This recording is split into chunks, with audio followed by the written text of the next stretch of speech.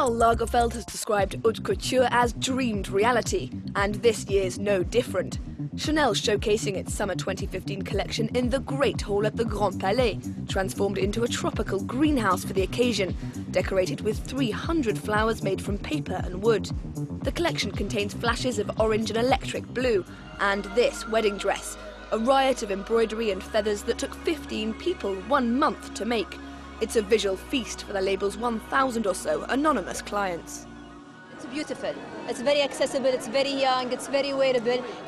Karl makes couture something we can wear even to go every day. And yeah, it's beautiful. I love it. A key trend for next summer's haute couture is foliage. Dutch duo Viktor and Rolf have come up with a silhouetted parasol motif made from sculpted hay. The prints are by the Netherlands' biggest wax fabric manufacturers. We took one of their prints and we developed several colorways with the company. It's called Flisco. We had been wanting to work with them for a long time. And we wanted to work on print, making the two-dimensional surface three-dimensional. So bringing the fabric to life, basically. Turkish-Belgian Serkan Cura is keen to explore the darker side of desire with feathers. It's meticulous, time-consuming work.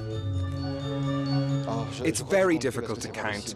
The made-to-measure course, it takes about 4 weeks with the model, all the preparation, the fabrics, looking for the materials that might work. Then the girl comes back, and then you have to change everything again. I'd say a good 6 months for each look, so I have one person working on each look. In Geneva last December, Parisian label Aura Tout Vu designed the costumes and set for a production of The Nutcracker, choreographed by Jeroen Verbruggen. Fashion needs to be a performance, and well, Aura Tout Vu has cultivated links with dance. And I think it's a perfect partnership. Not forgetting any couture collection's pièce de résistance, the wedding dress. We said that there wouldn't be any brides. And then in the end, we said with everything that's happened, that marriage is a commitment. It's a commitment for life. It's a very important event in a person's life.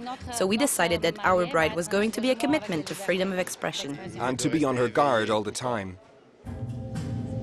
Designer Yiqing Yin is fascinated by oxymorons, incongruous or contradictory elements.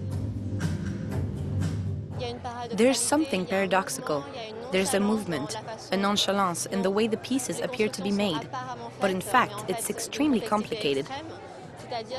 It works as a sort of pivotal point between exacting mastery and unpredictability.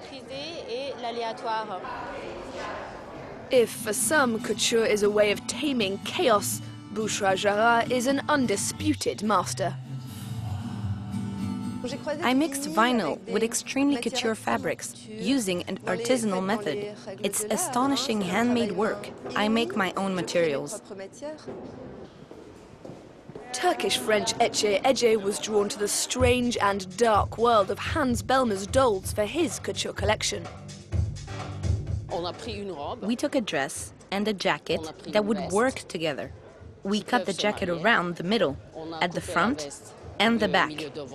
And then we took it apart. We did the same for the dress. And we took the right part of the dress and the left part of the jacket, and we brought them together. And we had ourselves a new creation. At the Arab World Institute, Stéphanie Coudert draws on female narratives and a desire to unite East and West. It's about a desire to talk about women's freedom. There are messages, a sort of instinctive calligraphy. There is no explicit message, but there is the language of gesture, which is thrown out there in a quite raw way, in contrast with the very couture finishes. Versace's couture show celebrated the female spirit and the female form.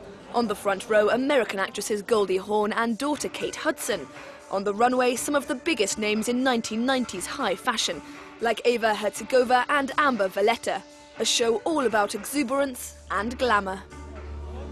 Julien Fournié turned his attention to the timeless appeal of the free spirit, his models clad in armor-like jewellery made from turquoise and coral.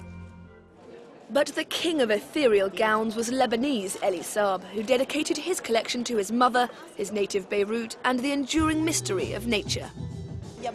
There are many designers today who like androgynous women, and he's still one of the greats.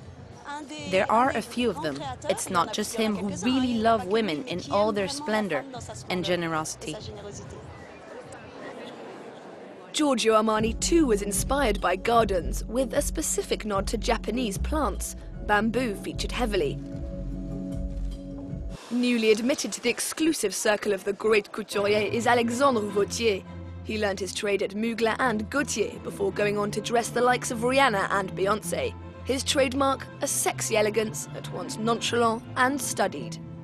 Everything was very deliberate. You throw it over your shoulders, it looks great, but it looks even better because throwing it over your shoulders was intentional.